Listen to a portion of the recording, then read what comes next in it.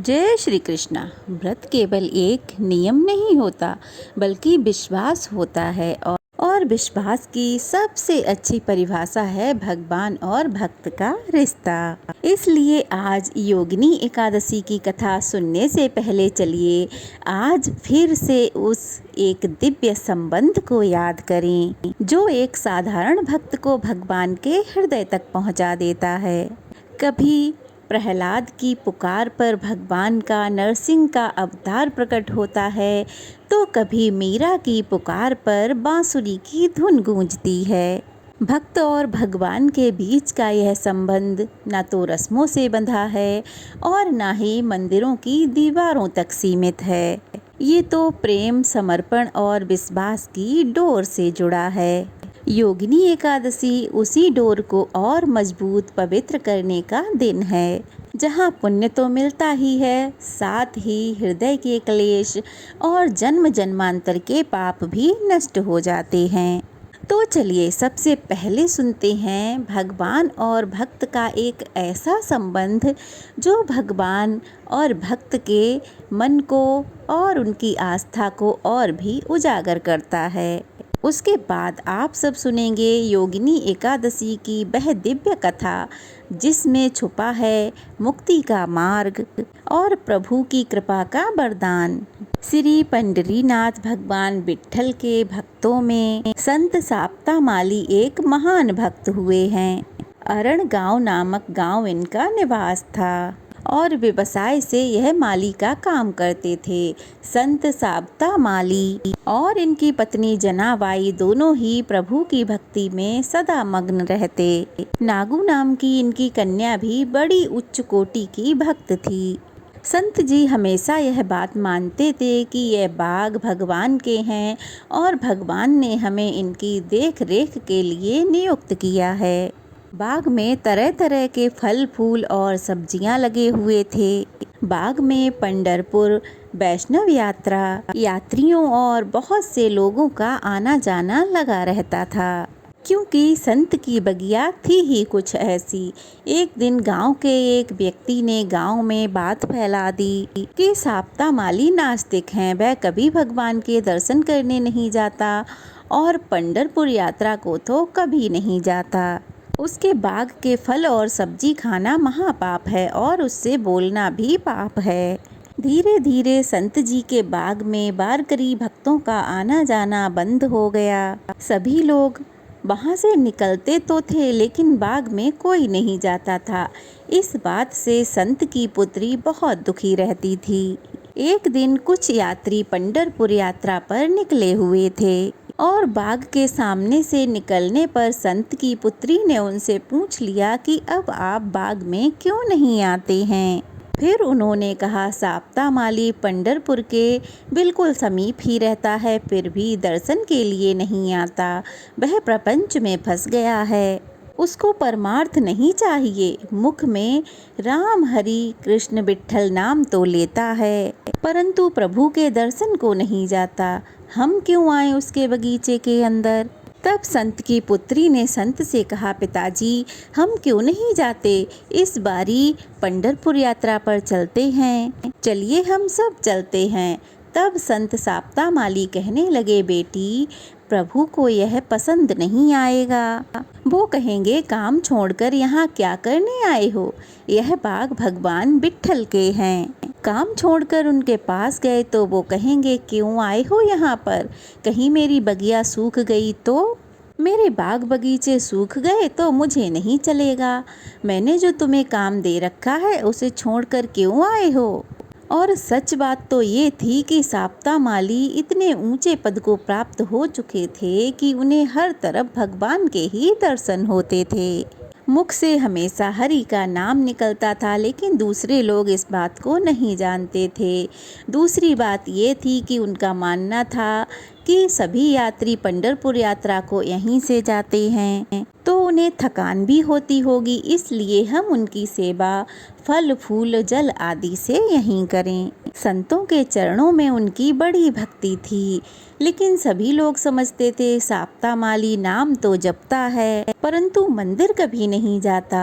एक दिन उनकी कन्या नागू बाहर खेलने को निकल गई। कुछ सोच विचार कर उसने अंदर आकर कहा, पिताजी हम नहीं जाएंगे पंढरपुर, परंतु बिट्ठू को तो यहाँ बुला लीजिए। प्यार से नागू भगवान को धनिया, बिट्ठू, बिठुराय इन नामों से पुकारा करती। नागू हमेशा अपने पिता से पूछती, बाबा इस बाग का स्वामी वह बिट्ठू है ना? तो फिर वह बाग में कभी पधारता क्यों नहीं? साप्ता माली को अपनी कन्या की बात का बड़ा कौतुक लगा। छोटे बच्चों के मन में भगवान के प्रति जो भक्ति होती है वह बहुत ही सच्ची होती है।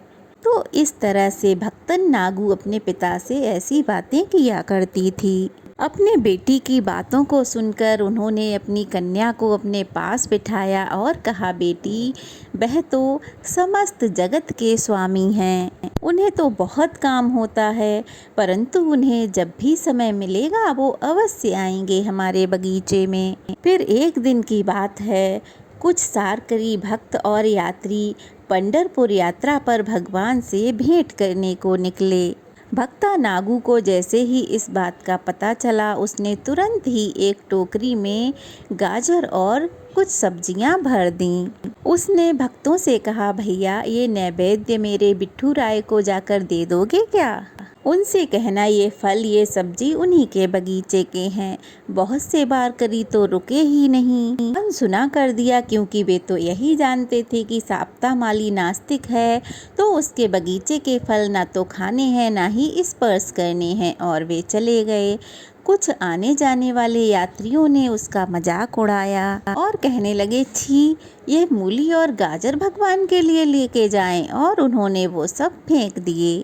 परंतु एक बूढ़े यात्री भक्त उस सच्ची भक्तन के हृदय के भाव को जान गए और उन्होंने वह टोकरी ले ली और कहा, हाँ बेटी मैं दे दूंगा ये फल और सब्जी बिट्ठल को। उस बूढ़े आदमी की बात सुनकर नागू को बड़ी प्रसन्नता हुई और बोली, कहना भैया यह बाग बगीचे बिट्ठू के ही तो हैं, मेरे माता पिता तो सदैव उनका नाम लेते हैं और मैं भी उन्हीं का नाम लेती हूँ। बिट्ठू राय को कहना कि नागू उनकी प्रतीक्षा कर रही है। मेरी बात बिट्ठू राय को देकर आप शीघ्र ही लौटना। उस भक्ता की बात सुनकर उस यात्री का मन भर आया। निष्पाप निस्वार्थ इस कन्या का निवेदन सुनकर तो वो जरूर आएगा। उस बारकरी ने कहा, बेटी मैं तुम्हारी प्रार्थना अवश्य निवेदन करूंगा और देखना भगवान भी जरूर आएंगे। उस बारकरी भक्त ने हाथ में टोकरी ली और चल पड़े। मंदिर पहुंचकर यात्री ने नागू का वैसा ही संदेश भगवान को सुना दिया। उस दिन बाग का काम समाप्त करके शाम को संत साप्ता माली अपनी बेटी से बोले, चलो बेटी अब घर चलें, तुम्हारी माँ प्रतीक्षा कर रही होगी। नागू ने कहा, बाबा आज तो वह पांडुरंग आने वाला है, मैंने बारकरी भैया के साथ सब्जी और फल नैवेद्य के रूप में भेजे हैं, शीघ्र लौटना ऐसा भी कहा है। बिट्ठू आता ही होगा बाबा, मुझे प्रतीक्षा करनी चाहिए, मैं तो आज यहीं ठहरूंगी। अपनी बेटी का भगवान के प्रति इतना प्रेम देखकर संत साप्ता माली धन्य हो गए। उन्होंने अपनी बेटी को अपने पास बिठाकर कहा, मैं भी रुकता हूँ यहाँ पर। संत साप्ता माली बिट्ठू राय का स्मरण करने लगे। बहुत समय बीत गया, बेटी और पिता घर पर नहीं आए तो साप्ता माली की पत्नी जनाबाई को चिंता होने लगी। कुछ देर प्रतीक्षा करने के बाद जनाबाई भी बगीचे में ही आ गईं। भगवान के प्रति इतनी भक्ति देख जनाबाई के आंखों में आंसू आ गए। सब परिवार सब कुछ भूलकर भगवान का नाम जपने में मग्न हो गए। पूरी रात बीत गई, किसी को पता ही नहीं चला। नागू ने भगवान का दर्शन करने की रट लगा ली थी। उसने ऐसी जिद पकड़ ली कि अन्न जल त्याग दिया और भगवान के भजन में ही लगी रही। उधर बारकरी भक्त ने जैसे ही नागू का संदेश भगवान को दिया और प्रणाम किया, उसी क्षण भगवान मंदिर से चले गए। और सीधे साप्ता माली के बाग में चले गए। साप्ता माली के बाग में जब भगवान आए तो केवल भगवान के दर्शन साप्ता माली को ही हुए थे। उन्हें देखकर सर्प जी ने विचार किया कि ये सुंदर बिट्ठू को कहाँ रखें और क्या करें। तभी भगवान ने एक विचित्र लीला की और भगवान पांडुरंग बोले, बाबा बाबा मेरे पीछे कुछ लोग पड़े हैं, आप मुझे कहीं छुपा लो ना। संत जी ने यहाँ वहाँ देखा कि कहाँ छुपाएं, परंतु बगीचा तो खुला था, छुपने की जगह ही नहीं थी। संत तो होते ही भोले भाले हैं। साप्ता माली ने सब्जी काटने वाला खुरपा लेकर अपने हृदय और पेट के बीच की जगह को चीर दिया। भगवान पांडुरंग ने अति लघु रूप धारण कर लिया और जाकर सीधा उनके हृदय में बैठ गए। भगवान हृदय में विलीन हो गए। संत प्रतिदिन उस ज्योति को दर्शन करने लगे। उन्हें तो आत्म रूप से दर्शन होता रहता, परंतु संत सोचने लगे मेरी बेटी और पत्नी को दर्शन कैसे हों। भगवान का साकार रूप तो मेरे हृदय में विलीन होकर निराकार हो गया। अब उस कृष्ण के बेटी और पत्नी को दर्शन कैसे कराएं। संतों का हृदय ही एक मंदिर है, उनके हृदय में भगवान और देवी का निवास होता है। एक दिन भगवान ने फिर एक लीला की। पंढरपुर में बहुत सारे भक्तों का समूह आया। किसी को वहां दर्शन ही नहीं दिए, किसी को कुछ समझ नहीं आ रहा था। उस दिन बड़े बड़े संत भगवान विट्ठल के दर्शन करने के लिए मंदिर में पधारे। अब भगवान तो है नहीं, दर्शन कैसे करें, उन्हें कैसे ढूंढें। फिर एक ज्ञानी संत ने ध्यान लगाया और कहा चलो अरण गांव में भगवान कहीं पर हैं। भगवान के कंठ में तो तुलसी हार होता है, अंगों से भी सुंदर सुगंध आती है। सुगंध के पीछे पीछे चलकर पता लग जाएगा कि भगवान कहाँ हैं। अब सब संत तुलसी की सुगंध सूंघते सूंघते चले जा रहे हैं। चलते चलते जा पहुँचे संत साप्ता माली के बगीचे में। और नागू उस समय संत साप्ता माली की गोद में सिर रखकर विरह में विट्ठल का स्मरण कर रही थी।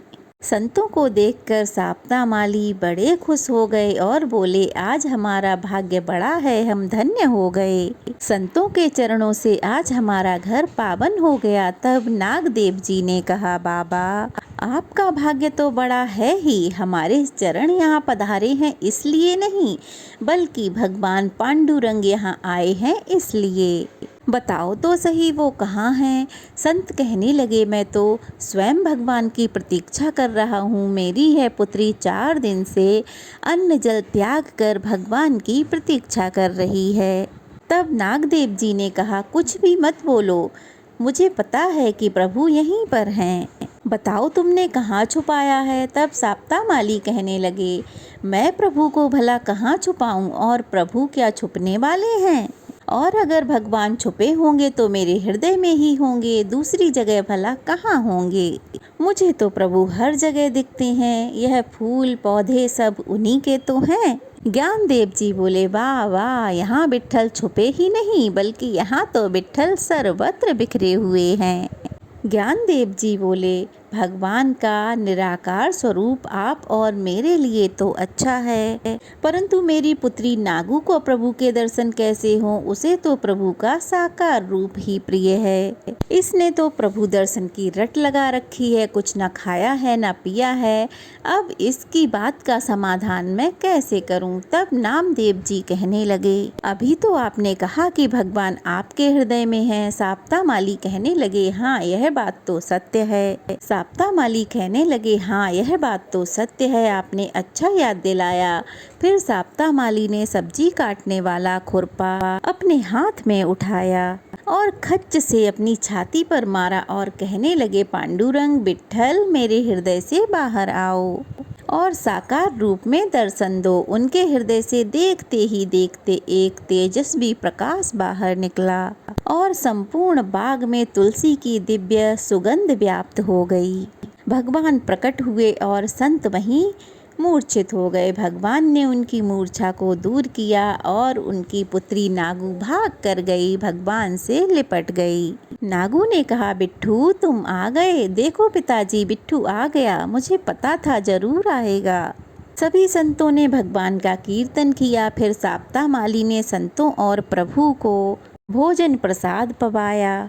भगवान ने नागू को अपनी गोद में बिठाकर प्रसाद पवाया।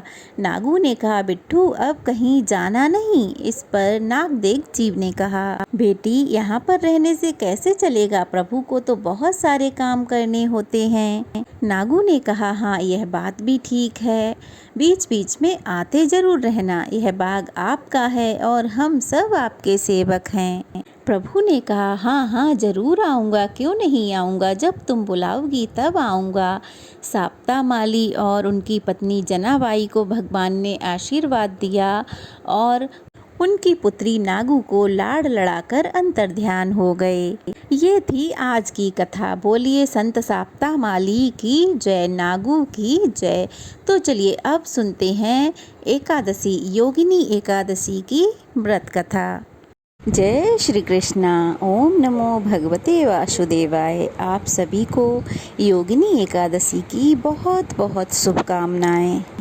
आज आषाढ़ मास के कृष्ण पक्ष की योगिनी एकादशी है।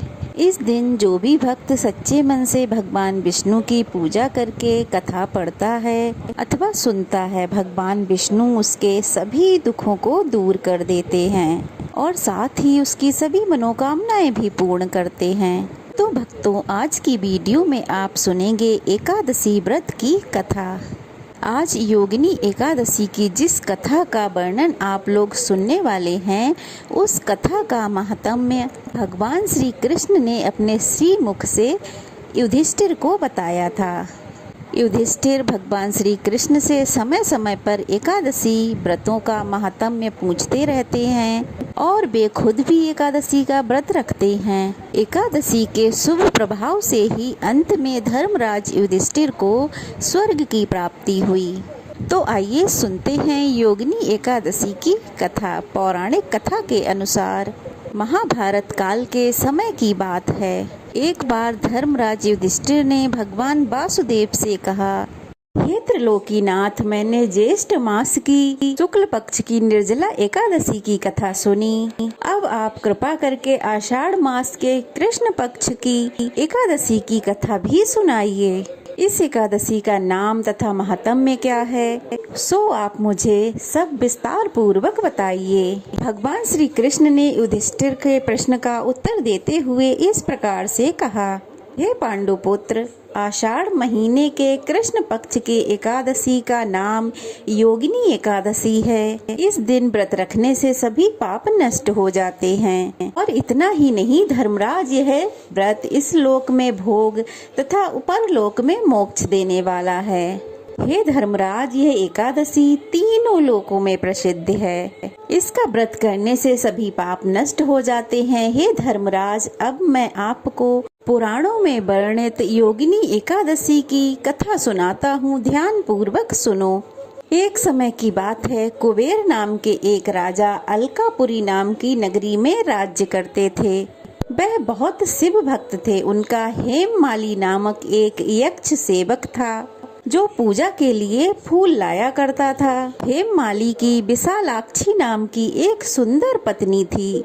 एक दिन वह मानसरोवर से पुष्प लेकर आया, किंतु कामासन होने के कारण पुष्पों को रखकर अपनी पत्नी के साथ भ्रमण करने लगा।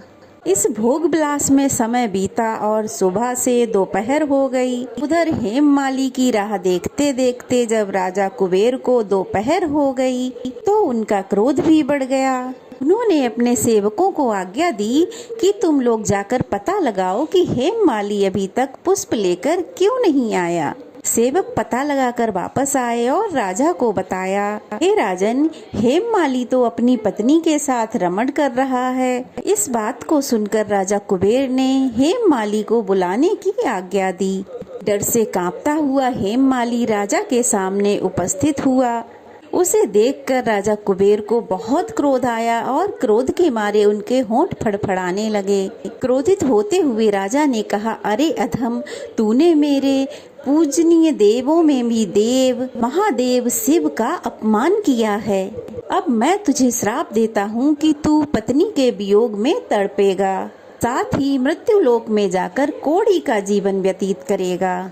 कुबेर के श्राप से वह तत्क्षण सन्न से पृथ्वी लोक पर आ गिरा और कोढ़ी हो गया और साथ ही अपनी पत्नी से भी बिछड़ गया। मृत्यु लोक में आकर उसने अनेक भयंकर कष्ट भोगे, परंतु भगवान शिव की कृपा से उसकी बुद्धि मलिन नहीं हुई और उसे अपने पूर्व जन्म की भी सुध रही। अनेक कष्टों को भोगता हुआ तथा अपने पूर्व जन्म के कुकर्मों को याद करता हुआ हेममाली हिमालय पर्वत की ओर चल पड़ा। चलते चलते वह मार्कंडे ऋषि के आश्रम में जा पहुंचा। वह ऋषि बहुत ही वृद्ध और महान तपस्वी थे। वह दूसरे ब्रह्मा के समान जान पड़ते थे और उनका वह आश्रम ब्रह्मा जी की सभा के समान शोभा दे रहा था। ऋषि को देखकर हेममाली वहां पहुंचा और उन्हें प्रणाम करके उनके चरणों में जा गिरा। हेममाली को दुखी देखकर मार्कंडे ऋषि ने पूछा, तूने कौन से बुरे कर्म किए हैं जिससे तू कोढ़ी हुआ और यह भयानक कष्ट भोग रहा है। महर्षि की बात सुनकर हेममाली ने अपनी व्यथा महर्षि को बतानी शुरू की और कहने लगा, हे मुनि श्रेष्ठ, मैं राजा कुबेर का अनुचर था और मेरा नाम हेममाली है। मैं रोजाना मानसरोवर से फूल लाकर भगवान शिव की पूजा के समय राजा कुबेर को दिया करता था, परंतु एक दिन पत्नी के सुख में फंस जाने की वजह से मुझे समय का ज्ञात ही नहीं हुआ और दोपहर तक मैं वह फूल कुबेर तक नहीं पहुंचा पाया। तब राजा कुबेर ने मुझे श्राप दे डाला कि तू अपनी पत्नी का वियोग झेलेगा और मृत्यु लोक में जाकर कोढ़ी बनकर दुख भोगेगा। हे गुरुवर, इसी वजह से मैं कोढ़ी हो गया हूँ और मृत्यु लोक में आकर यह दुख भोग रहा हूँ। हे मुनिवर, अब आप ही कृपा कर मुझे कोई ऐसा उपाय बताइए जिससे मुझे इस रोग से मुक्ति मिल सके। मार्कंडे ऋषि ने हेममाली की दशा देखकर उससे कहा, हे हेममाली, तूने मेरे सम्मुख सत्य वचन कहे हैं, इसलिए मैं तेरे उद्धार के लिए एक व्रत बताता हूँ। अगर तू आषाढ़ मास के कृष्ण पक्ष की योगिनी नामक एकादशी का विधि विधान पूर्वक व्रत करेगा तो तेरे सभी पाप नष्ट हो जाएंगे और तुझे इस रोग से भी मुक्ति मिल जाएगी। महर्षि के वचन सुनकर हेममाली अत्यंत प्रसन्न हुआ और उसने मुनि का धन्यवाद करते हुए कहा। फिर उसने ऋषि को प्रणाम किया और उनके कहे अनुसार योगिनी एकादशी का व्रत विधि विधान पूर्वक किया। इस व्रत के प्रभाव से वह अपने स्वरूप में वापस आ गया और अपनी पत्नी के साथ सुख पूर्वक रहने लगा। इस प्रकार योगिनी एकादशी का महात्म्य बताकर भगवान श्री कृष्ण युधिष्ठिर से कहते हैं, हे धर्मराज, इस योगिनी एकादशी की कथा का फल 88,000 ब्राह्मणों को भोजन कराने के बराबर है। इस दिन व्रत रखने से सभी पाप नष्ट हो जाते हैं। साथ ही इस दिन व्रत रखने से भक्त मोक्ष को प्राप्त करता है। एकादशी व्रत करने से सभी मनोकामनाएं पूर्ण होती हैं और जो भी व्यक्ति विधि विधान से श्रद्धा और भक्ति के साथ इस व्रत को करता है अथवा कथा को पढ़ता है, सुनता है, वह मोक्ष को प्राप्त होता है और उसके जीवन से सारे दुख दर्द मिट जाते हैं, दूर हो जाते हैं। तो यह थी आज की योगिनी एकादशी की व्रत कथा। कैसी लगी कमेंट बॉक्स में ज़रूर बताइएगा। अच्छी लगी हो तो जय श्री कृष्णा लिखिएगा और अगर नए हैं तो प्लीज़ चैनल को सब्सक्राइब कीजिएगा और ज़्यादा से ज़्यादा शेयर कीजिएगा ताकि जानकारी कई लोगों तक पहुंच सके और सब लोग इसका आनंद उठा सकें। तो चलिए फिर मिलते हैं, तब तक के लिए जय श्री कृष्णा। ओम नमो भगवते वासुदेवाय नमः। भगवान श्री कृष्ण हम सब की रक्षा करें।